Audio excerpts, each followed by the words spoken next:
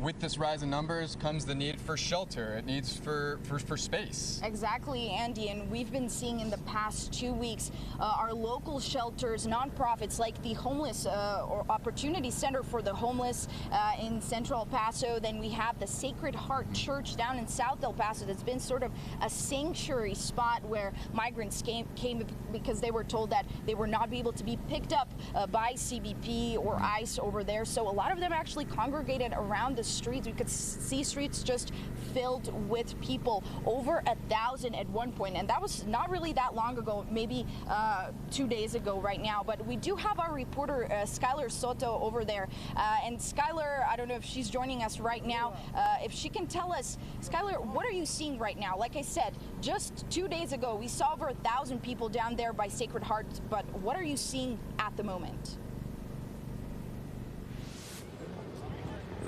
Well, Andy, Carla, right here along Sacred Heart Church, just like you said, there was at one point even thousands of migrants. But if you go ahead and take a look, there's not many left. You could probably come down here and count for yourself of how many migrants are just still within the area. Now, of course, like you said, in the last 2 weeks, the crisis along the border has drastically changed, while many awaited the anticipation for the expulsion of Title 42.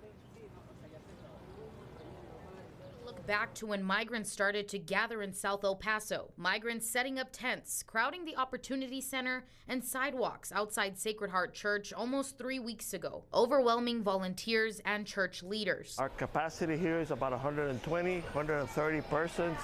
We're focusing right now because of the need on women and children, but the need is beyond our capacity, and we just have to focus and be content to do what we can. Many of them without legal documentation to stay in the U.S., leaving many stranded on the streets without any idea of what would come next. Fraud then started to happen.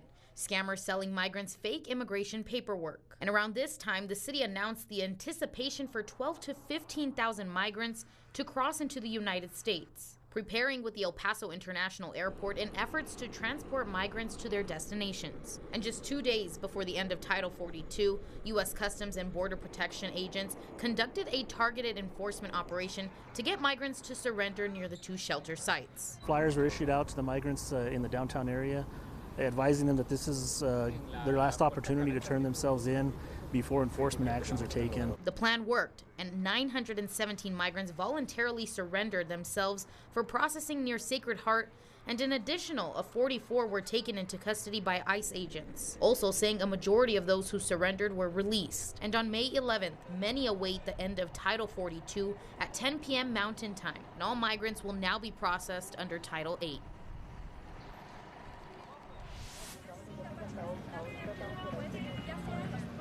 Now, right now, the number of people inside Sacred Heart Church behind me dropped by about 30. And earlier this week, there was about 130 migrants, and now there's only about 90.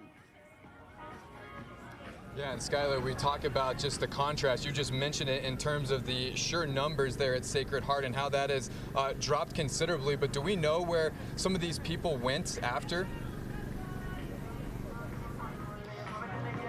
Well, some of these migrants did go to the processing center in the Northeast, and many of them are being released to the local NGOs today while they're getting ready for transportation. I'm live in South El Paso. I'm Skylar Soto, KTSM 9 News.